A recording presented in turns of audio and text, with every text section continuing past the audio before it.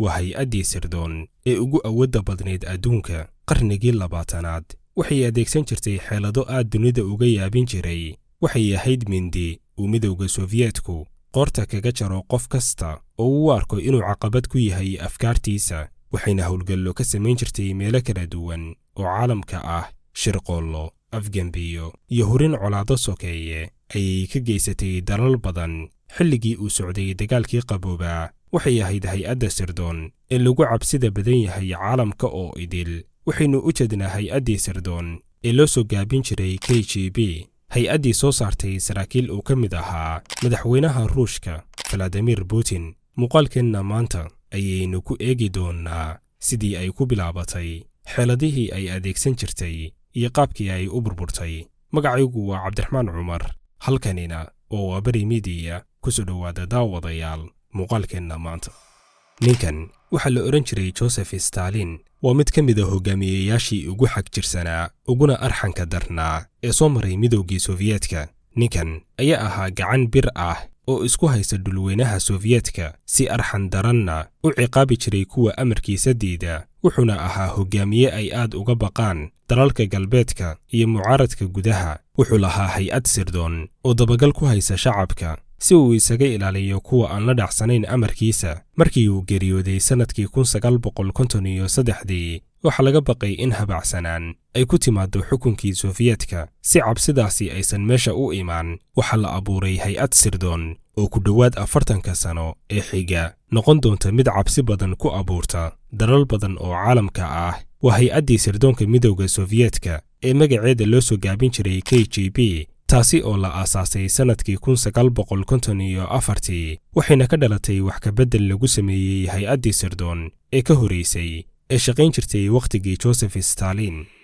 waxaa loo diyaariyey hannaan ah inay ilaaliso cadowga gudaha, waxayna ku howlgeli jirtay halkudhig ahaa seefta ilaalisa xisbiga hanti wadaagga. balse markii uu curtay dagaalkii qaboobaa, waxaa lama huraan noqotay in ay howlgalladeeda ku ballaariso xuduudaha ka baxsan midowga Sofiyeetka. waxaa bilowday in la howlgeliyo saraakiil ka shaqaysa nidaamyo ka duwan ciidanka caadiga ah, kuwaasi oo lagu dhex milay nidaamyada dawliga ah, saxaafadda, ganacsiga iyo qaybaha kala duwan ee bulshada. waxaana lagu baahiyey dalalka caalamka. maadaama Sofiyeetku dalal kala duwan ka koobnaana, waxaa sahlanaatay in la adeegsado dad leh muuqaallo kala duwan oo ku shaqeeya mihnado kala duwan, ilaa heer ay gaartay in ay howlwadeenno ku dhex yeelato sirdoonnada kala duwan ee caalamka. agaasimihii CIA-da Maraykanka ayaa sanadkii 1960 si cad u sheegay in KGB ay jaasuusin ka dhex qoratay CIA-da iyo FBI-da Maraykanka. waana marka uu baxay magaca caanka noqday ee double agent ama sirdoon laba kaarle ah. KGB ayaa si ay shaqooyinkeeda uga dhex fuliso dalalka kale, waxay shaqaalaheedu ku howlgeli jireen qaabab kala duwan sida diblomaasiyiin, ganacsato iyo xirfado kale. dalal badan oo galbeedka ah ayay ku lahayd ganacsiyo, qaarkood noocyo waaweyn ahaayeen sida bangiyo iyo shirikaad kala duwan. howlwadeennadeeduna keliya ma ahayn dadka u dhashay Sofiyeetka ee waxay shaqaale ka qoran jirtay dalal kale oo caalamka ah si uusan shaki u gelin shirqollada ay ka fulinayso dalalkaasi.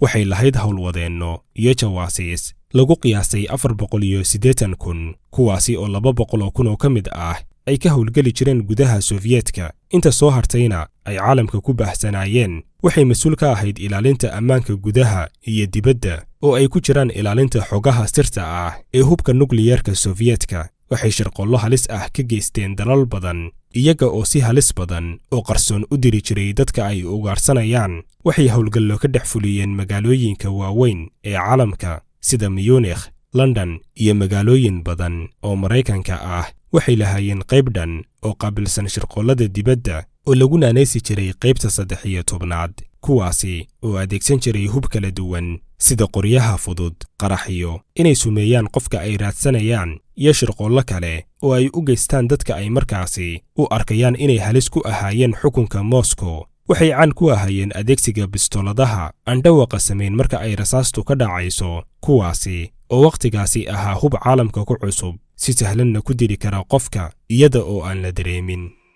saraakiisha, siyaasiyiinta iyo suxufiyiinta ka soo goosta Sofiyeetka ayaa ahaa kuwa ugu horeeya ee ay ugaarsan jireen, waxay goobo badan ku khaarijiyeen dad ka soo goostay Soofiyeetka, kuwaasi oo loo dilay qaabab kala duwan, sida sun loogu daray raashinka, cirbado sumaysan oo si kadis ah loogu duray, toogasho toos ah, iyo shilal gaari oo hab qorshaysan ku dhacay. Waxay sidoo kale afduub u geysan jireen dadka ay doonayaan inaysan dilin, iyaga oo si qarsoodi ah u geyn jiray gudaha Soofiyeetka, halkaasi oo ciqaab adag lagu marsiin jiray. Hogaamiyihii Yugoslaafiya, Joseph Tito, ayaa la sheegay inuu ka badbaaday 22 isku day dil oo ay soo qorshaysay KGB, wuxuuna ahaa hogaamiyihii dal ee ka badbaaday shirqoolladii ugu badnaa ee ay soo abaabuleen Soofiyeetku. KGB ayaa sidoo kale lahayd garabyo xooggan oo qaabilsan faafinta brobagandada, taasi oo halis badan gelisay dalal badan. Sannadkii 1983 waxaa Maraykanka gilgilay howlgal ay ka dambeysay KGB, kaasi oo loo bixiyey howlgalkii Denver. Sirdoonka Soofiyeetka ayaa faafiyey in Maraykanku si qarsoodi ah u abuuray cudurka AIDS-ka oo wakhtigaasi dunida ku cusbaa. Wuxuu karaystay saynisyahano waaweyn iyo khubaro caafimaad oo Maraykan ah, kuwaasi oo dowladda ku eedeeyey inay abuurtay cudurkan oo wakhtiga aad ugu faafay gudaha Maraykanka. Khubarada ayaa ku doodayey in cudurkan lagu abuuray shaybaaro ku yaala gudaha Maraykanka, kadibna sidaa lagu faafiyey. Arrintan ayaana warbaahinta haysatay ilaa sannadkii 1992. Ugu dambeyn sannadkii 1991 ayaa irdaha loo laabay hay-addii sirdoon ee KGB kadib burburkii Midowga Soofiyeetka, waxaana shaqooyinkii sirdoon ee ay qaban jirtay la wareegtay hay-adda AFP oo markii dambe loo bixiyey FSK, taasi oo aan iyaduna dab yarshidayn. Dadka arrimaha sirdoonka falanqeeya ayaana ku dooda in KGB ay weli ku dhex nooshahay gudaha sirdoonka Ruushka.